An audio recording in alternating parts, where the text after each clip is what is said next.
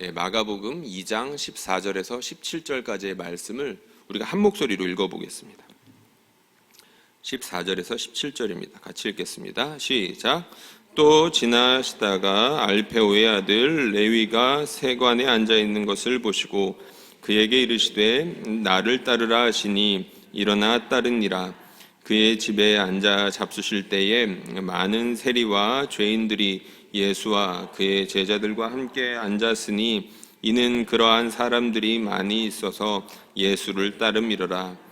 바리새인의 서기관들이 예수께서 죄인 및 세리들과 함께 잡수시는 것을 보고 그의 제자들에게 이르되 어찌하여 세리 및 죄인들과 함께 먹는가? 예수께서 들으시고 그들에게 이르시되 건강한 자에게는 의사가 쓸데없고 병든 자에게라야 쓸데있느니라. 나는 의인을 부르러 온 것이 아니라 죄인을 부르러 왔노라 하시니라. 아멘. 말씀을 읽다 보면 마음이 뭉클해지는 순간이 있습니다. 저는 마가복음 1장이 그런 편인데요. 1장에서도 32절에 보면 이런 말씀이 있습니다. 화면 한번 보여주시고요. 저물어 해질 때에 모든 병자와 귀신 들린 자를 예수께 데려오니라는 말씀이 있는데요. 화면에 안 나와도 됩니다. 네. 저물어 해질 때에 모든 병자와 귀신 들린 자를 예수께 데려왔다. 이 말씀이 왜 뭉클했냐면 저 저물어 해질 때가 안식일이 끝나는 무렵입니다. 안식일이 끝날 때까지 병자들이 예수님께 나와야 되는데 안식일 때문에 못 나가고 있는 순간이었던 거죠. 안식일에는 뭘 하면 안 되지 않습니까? 근데 저물어 해질 때 저녁이 되고 아침이 되니 성경에서 보면은 첫째 이렇게 날이 바뀌는 게 저녁 시간인 것 좀 아마 아실 텐데 안식일이 끝날 때쯤 그쯤에 이제 모든 병자와 귀신 들린 자를 예수께 데리고 나왔다. 그야말로 본물이 터지듯이 예수님께 나아온 겁니다.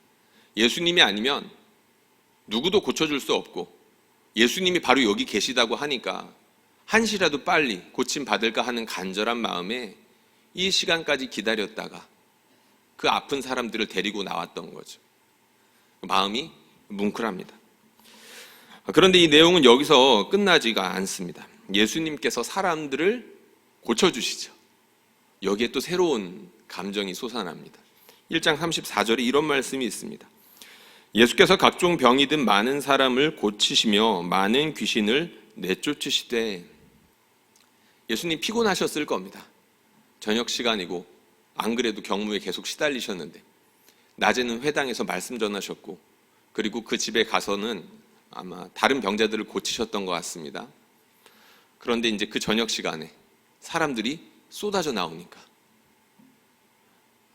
아마 저 같은 사역자들은 내일 봅시다 했을 수도 있고 저보다 좀 더 능력이 많은 다른 사람을 소개시켜 줬을지도 모르겠습니다.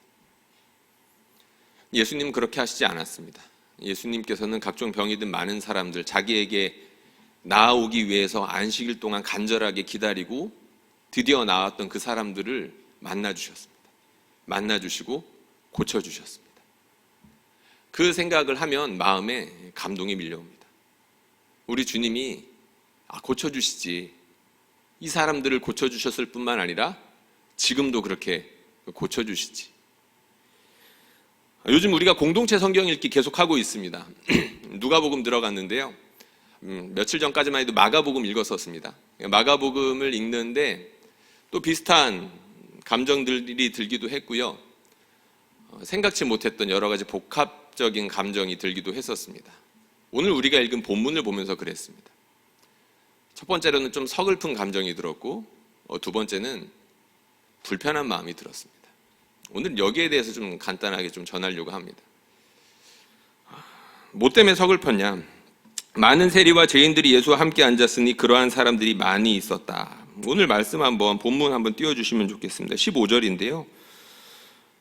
그의 집에 앉아 잡수실 때 많은 세리와 죄인들이 예수와 그의 제자들과 함께 앉았으니 이는 그러한 사람들이 많이 있어서 예수를 따름이러라. 많이 있던 사람들이 누굽니까? 세리와 죄인들. 세리와 죄인들 일종의 관용 어구입니다. 세리가 따로 있고 죄송합니다. 세리가 따로 있고 죄인이 따로 있고가 아닙니다. 세리라는 죄인들, 세리가 죄인이라는 뜻이죠. 수많은 세리들이 있었다는 겁니다. 이유가 있었죠. 예수님께서 레위를 부르셨기 때문입니다. 레위를 부르셔가지고 그 주변의 친구들이 이제 함께 몰려온 거죠. 이 본문을 보는데 그런 사람들이 많이 있었다. 마음이 좀 서글펐습니다. 왜 서글펐냐면 세리, 뭐 하는 사람들입니까? 돈을 짜내는 사람들입니다. 악덕 사업주라고 해야 될까요? 게다가 로마의 편에 서서 자기 민족을 착취하고 억압하고 있는 그 편에 서서 가난한 백성들 돈을 짜내고 있었던 사람들입니다. 근데 그런 사람들이 많았답니다. 그런 사람들이 많았다고요. 안 그래도 먹고 살기 힘듭니다. 괴로운 인생이죠. 그런데 이런 사람들이 많았다라는 것, 서글픈 일입니다. 이 사람들, 특히 가난한 사람들한테, 힘없는 사람들한테 더 악독하게 굴었을 겁니다. 빼앗기도 하고 속이기도 하고 돈을 위해서 영혼까지도 팔았던 사람들이니까 뭔들 못했겠습니까? 그런데 그런 사람들이 많았다. 그 순간이었지만 이 말씀을 읽는 순간, 공동체 성경이 빠르게 지나가지 않습니까? 그 순간이었는데 그러한 사람들이 많이 있었다라는 말씀이 지나가는데 마음이 굉장히 서글펐습니다. 근데 이렇게 마음이 서글펐던 진짜 이유가 더 있었습니다. 무엇이었냐면 그때나 지금이나 비슷하기 때문입니다. 돈을 위해서 영혼이라도 팔 수 있는 사람들, 돈을 얻기 위해서 이웃을 괴롭히는 사람들, 정직하지 못하고 다른 사람들을 힘들게 하는 사람들 많이 있다는 거죠. 서글픈 일입니다. 안 그래도 힘든 세상 서로 같이 안아주고 위로해주고 그렇게 살아가면 좋겠는데 그런 사람들은 별로 안 보이고 세리 같은 사람들이 많았더라. 참 많이 서글픈 일이죠.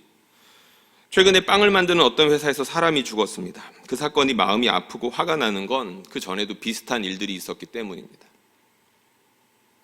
비슷한 사고가 있었는데 죽지만 않았을 뿐 여러 사람들이 다쳤었죠. 그래서 거기엔 안전장치를 달아야 된다라고 했었고 그리고 안전교육이 더 철저해져야 된다라고 수없이 경고했었을 것입니다. 그러나 변하지 않았었습니다. 그래서 20대 초반에 꽃과 같은 나이의 청년이 죽고 말았습니다. 안타까운 건 그런 일들이 끊이지 않고 일어난다는 사실입니다. 많이들 아실 텐데 우리나라에는 산업재해로 출근했다가 집으로 돌아오지 못하는 사람들이 하루에 3명에서 4명 정도가 됩니다. 서글픈 일이죠. 세리가 많았더라. 그런 사람들이 많았더라. 마음이 굉장히 서글퍼졌었습니다. 건축 현장에서 추락사 하는 사람들이 매년 200~300명 정도 달한다고 합니다. 김훈이라는 유명한 소설가가 신문사설에서 이렇게 말한 적이 있습니다. 돈과 기술이 넘쳐나도 한국 사회는 이 문제를 바로잡을 능력이 없다. 내년에도 또 270명에서 300명이 떨어진다. 이것은 분명하다. 앞선 노동자가 떨어져 죽은 자리에 다른 노동자가 또 올라가서 떨어진다. 작년에도 그랬고 재작년에도 그랬으니 내년인들 무슨 수가 있겠는가. 사람 목숨보다 돈이 중요한 기업, 사람 목숨보다 돈을 소중하게 생각하는 사람들이 우리 사회에는 생각보다 많이 있습니다.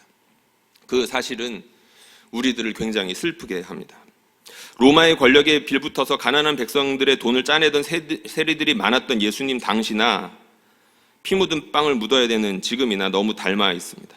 오늘 본문에 세리와 같은 사람들이 많이 있었다. 짧은 순간이었지만 제 마음을 서글프게 하는 그런 순간이었습니다. 말로 설명하기 힘든 이런 순간이 성경을 읽는 순간에 순식간에 지나가는데 서글픈 마음만 들지 않았습니다. 이 본문 짧은 순간인데 성령께서 놀랍게 일하시기를 서글픈 마음만 주시지 않았습니다. 불편한 마음도 주셨습니다. 왜 그랬냐? 왜 불편한 마음이 들었냐면 오늘 본문은 이제 좀 설명을 해야 되는데 오늘 본문에 보니까 이런 나쁜 놈들이 많았다가 주제가 아닙니다. 그렇죠? 그런 사람들이 많이 있었다가 끝이 아니라는 겁니다. 그런 사람들이 많이 있었는데 그런 상황 가운데에서 예수님께서 그 중에서도 악독했던 알페오의 아들 레위를 부르셨다라는 말씀이 있고, 그리고 그와 같은 세리들 무리와 함께 식사하셨다는 사실이 있습니다. 당시 많은 사람들은 예수님이 메시아일지도 모른다라는 기대감이 있어가지고 몰려다녔습니다. 예수님 주변에 항상 사람이 많았죠. 예수님이 이 세상, 이 서글픈 세상을 치료하실 수 있어, 구원하실 수 있어라는 기대감이 있어서 저 나쁜 놈들 싹 잡아들이고 하나님께서 새로운 세계를 창조하실 거야. 근데 그 주인공이 예수님일지도 몰라 라는 생각에 따라다녔다는 거죠. 그런데 그 사람들의 마음을 불편하게 했던 사실이 있습니다. 그것이 무엇이었냐면 바로 이것입니다. 세리들을 가까이 하셨다는 겁니다. 다 좋은데 저런 사람들이랑만 좀 안 어울리시면 좋겠는데 꼭 그런 사람들과 가까이 지내시는 게 예수님이셨습니다. 예수님한테 배신감을 느끼는 사람들이 많았을 겁니다. 예수님에 대한 기대감이 크면 클수록 더 그랬겠죠. 예수님께서 그런 분위기를 잘 아셨습니다. 그래서 실제로 그런 질문하는 사람들의 질문을 들으시면서 이렇게 답해 주셨습니다. 17절 말씀입니다. 우리 한번 같이 읽어볼까요? 17절 말씀입니다. 시작. 예수께서 들으시고 그들에게 이르시되 건강한 자에게는 의사가 쓸데없고 병든 자에게라야 쓸데있느니라. 나는 의인을 부르러 온 것이 아니요 죄인을 부르러 왔노라 하시니라. 아멘. 예수님이 우리 같은 사람들이랑 다른 지점이 바로 여기입니다. 사람을 보는 관점, 그리고 사람을 보는 마음의 온도가 너무 다릅니다. 서기관들이 세리와 함께 예수님께서 식사하시는 모습을 보면서 했던 말이 있습니다. 기억하시죠? 야, 너네 선생님은 왜 죄인들과 함께 식사하느냐라고 비아냥대고 많이 불편해했었습니다. 근데 그 말씀을 유진 피터슨 목사님이 쓴 메시지 성경에서는 뭐라고 하고 있냐면 이렇게 말하고 있습니다. 쓰레기 같은 인간들과 친하게 지내다니 이게 무슨 본이 되겠소? 쓰레기 같은 인간들과 친하게 지내다니 이게 무슨 본이 되겠소? 쓰레기였습니다. 서기관들이 보기에 세리들은 쓰레기였습니다. 같이 하면 냄새나고, 같이 하면 혐오스럽고, 같이 할 수 없는 저주받은 사람들이 세리였다는 거죠. 근데 예수님께서 뭐라고 말씀하셨습니까? 내가 온 것은 의인을 부르러 온 것이 아니라 죄인을 부르러 왔다. 메시지 성경에서는 이렇게 번역했습니다. 내가 여기에 있는 것은 죄로 병든 사람을 초청하기 위해서다. 당시 사람들은 세리들을 쓰레기 같다라고 생각했지만 예수님은 치료가 필요한 죄인으로 보셨습니다. 불쌍히 여기셨죠. 공동체 성경 읽기를 듣는 중에 마음이 오늘 본문에서 이렇게 한번 요동쳤고 말씀을 붙들고 묵상하는 중에 불편했습니다. 불편했다 그랬는데 왜 불편했는지 아시겠죠? 제 마음이 서기관들과 너무나도 닮아 있다는 것을 확인했기 때문입니다. 쓰레기 같은 사람들, 제 마음에 많은 종류의 사람들이 떠올랐습니다. 에이, 쓰레기 같은 사람들. 저도 모르게 마음에서 튀어나오는 그런 종류의 사람들. 에이, 쓰레기 같은 사람들. 여러분들 마음에는 그런 종류의 사람들이 안 계십니까? 여러분들도 은연중에 욕이 튀어나오는 그런 부류의 사람들. 여러분들이 아니면 노골적으로 벽을 치고 있는 사람들. 말로 표현은 하고 있지 않지만 저 사람은 절대로 천국에 가면 안 되는 그런 사람들이 있지는 않으십니까? 저한테는 있었던 것 같습니다. 그래서 마음이 불편했습니다. 예수님께서 내가 쓰레기라고 하는 저런 사람들을 한 밥상으로 초대하고 계시는구나. 하나님께서 나를 통해서 저 사람을 부르실 수도 있겠구나. 예수님은 지금도 사람들을 만나주고 계시죠. 그러니까 우리가 여기에 있는 겁니다. 여러분들 믿으시죠? 예, 우리가 예수님께서 불러주셨고 만나주셨기 때문에 여기에 있는 겁니다. 그리고 우리 뒤에 이 자리에 앉게 될 사람들, 아니면은 지금은 앉아있지 않지만 언젠가는 이 자리에 올 사람들이 그렇습니다. 하나님께서 만나주시기 때문에, 예수님께서 만나주시기 때문에 이 자리로 오게 될 것입니다. 사람들을 부르고 계시죠. 열심히 찾고 계십니다. 자기 백성을 찾고 계시고 죄인을 부르시면서 고쳐주시는데 우리들을 통해서 그 일을 하십니다. 그게 포인트입니다. 세상이 서글프고 예수님께서 그런 사람들을 부르신다는 것이 마음이 불편할 수 있지만, 예수님은 그렇게 서글픔을 느끼는 사람들, 불편한 마음을 느끼고 있는 그런 사람들을 통해서 일을 하신다는 겁니다. 제자들 얼마나 마음이 불편했겠습니까? 여기에 지금 그 내용들은 나와 있지는 않지만 복음서에 보면 곳곳에 제자들이 예수님께서 사마리아 땅에 가실 때, 이방인 지역에 가실 때 그들의 마음이 불편했다는 것을 곳곳에서 확인할 수가 있었습니다. 사실 여기서 서기관들이 세리들을 쓰레기라고 이렇게 표현을 했는데, 세리들한테만 그랬겠습니까?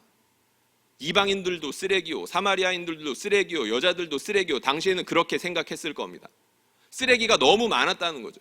함께 할 수 없는 쓰레기가 너무 많았던 겁니다. 그런데 예수님은 그렇게 생각하지 않으셨다는 거죠.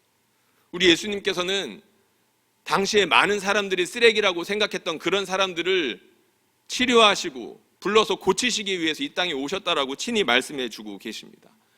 그리고 지금도 그런 사람들을 부르고 계시고 그리고 만나주고 계신다는 것이죠.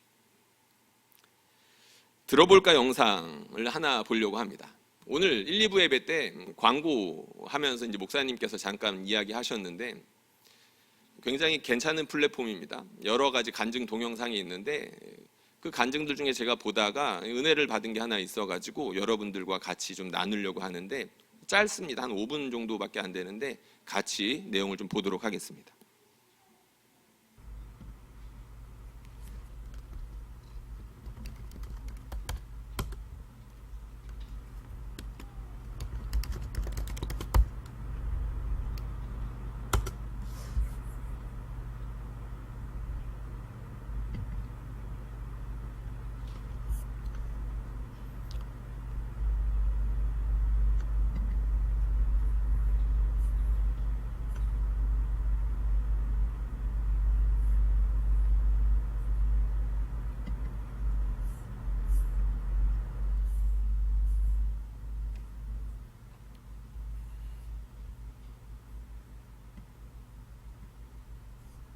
어느 순간에 내가 이 모임과 이 그룹과 사람에 너무 의지를 했나? 라는 생각을 하게 된 거예요. 나와야겠다. 때마침 제가 나왔던 드라마가 굉장히 흥행을 하게 된 거예요. 그래서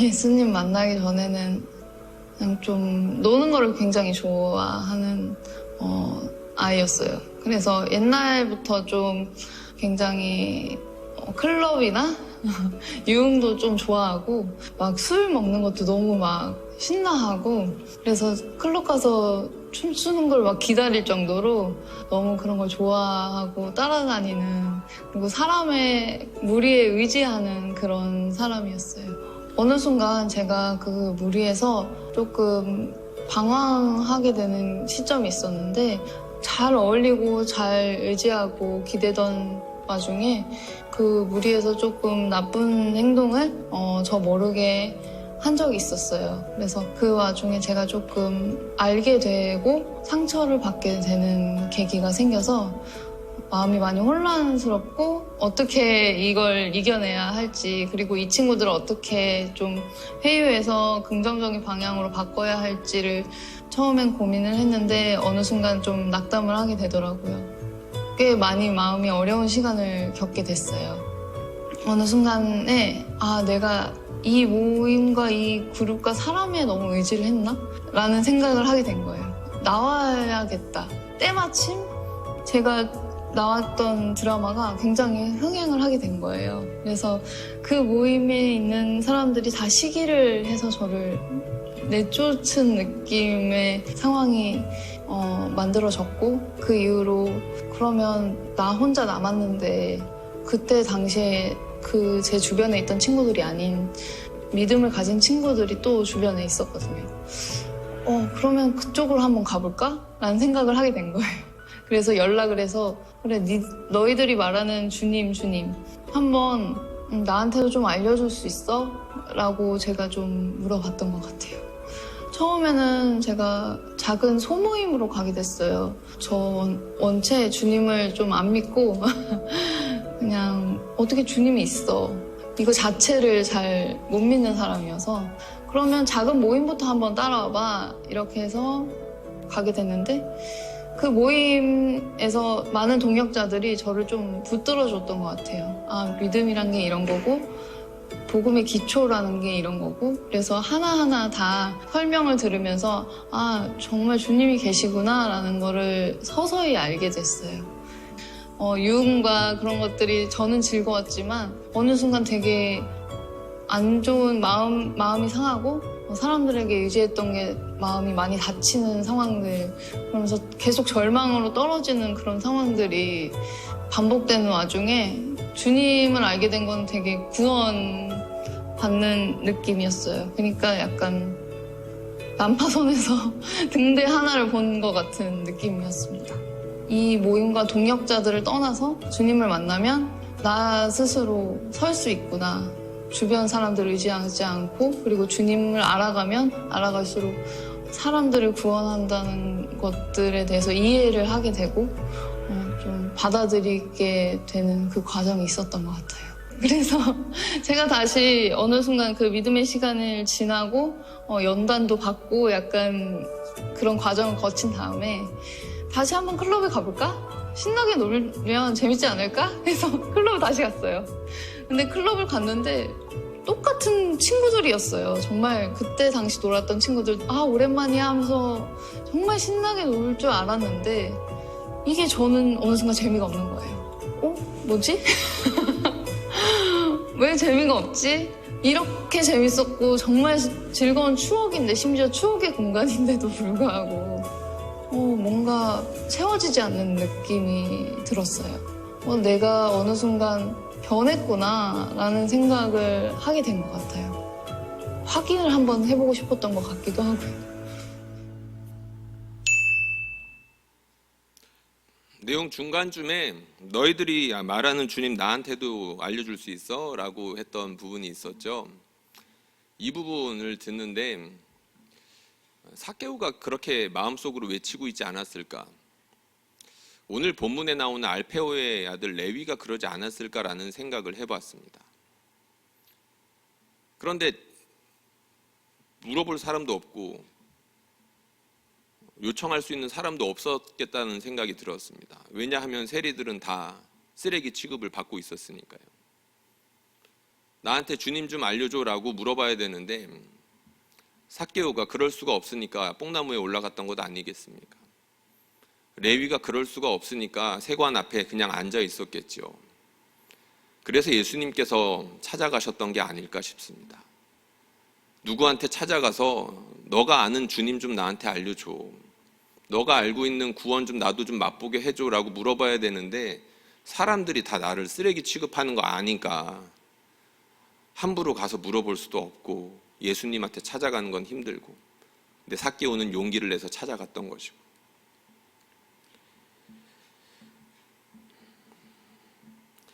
우리 주변에 그런 사람들 한둘이겠습니까? 목회자로 있다 보면 놀라운 일들을 자주 봅니다. 하나님께서 하시는 일들을 참 많이 목격하는 특권을 누리는데 그 중에 하나가 전도돼서 오시는 분들입니다. 하나님께서 성도들의 전도를 통해 가지고 사람들을 불러오시는데 평생 기도해도 오실 것 같지 않았던 부모님이 교회에 오는 경우들이 있습니다. 그게 안 되면 눈을 감으실 때라도 예수님 부르고 가시는 경우들을 여러 번 봤습니다. 평생 속썩인 자녀가 교회에 나오지 않아서 유언이라도 남기고 갔는데 그 유언 붙잡고 자녀가 변해서 교회에 나와서 엎드려 회개하는 경우도 몇 번이나 보았습니다. 친구한테 교회 가자, 야 너 예수님 믿어봐 하면 들을까? 라고 반신반의했던 친구에게 정말로 전했더니 그 친구가 덜컥 그 말을 붙들고 야, 나 안 그래도 교회 가고 싶었어. 나도 예수님 좀 알고 싶었어 했던 그런 사람들이 교회에 오시는 분들 중에 많이 있더라는 겁니다. 너희들이 말하는 주님 나한테도 좀 알려줘.